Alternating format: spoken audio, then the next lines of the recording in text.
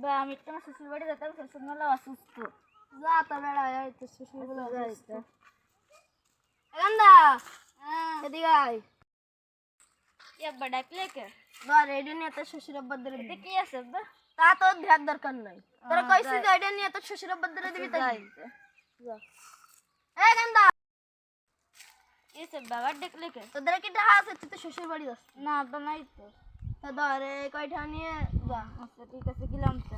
যা তা গান্দা নিয়ে যা। এসে বাবা ডাকলে কে? তুই যে তোর শ্বশুর বাড়ি যাচ্ছিস তো কি করবি না কিছু জানিস? না আব্বা, তুমি একটু শিখিয়ে দাও। শোন, সালাম দিবি, সালাম দিয়ে কবি কি ভালো আছেন আব্বা? যদি কই কি ভালো আছি, তারপরে কবি কি এটাই তো আমরা আশা করি। তারপরে কবি কি সকালে কি দিয়ে ভাত খাইছেন? যদি কই কি গরুর গোশত দিয়ে ভাত খাইছি, তাহলে কবি কি এইটাই তো পুষ্টিকর খাদ্য। কবি কি যে কোন ডাক্তার দেখাইছেন, কোন ওষুধ খাইছেন? যদি কই যে এই ডাক্তার দেখাইছি, এই ওষুধ খাইছি, তাহলে কবি কি যে এই ওষুধ ভালো, এই ডাক্তার আমি চিনি। তাই এই কইস। আচ্ছা ঠিক আছে। যা তাহলে। আসসালামু আলাইকুম, শ্বশুর আব্বা ভালো আছেন?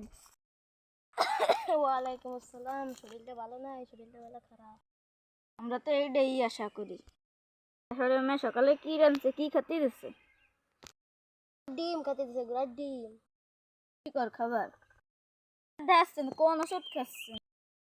রাহিলরা দিয়েছি আর ওষুধ বিষ খাচ্ছি, বিষ।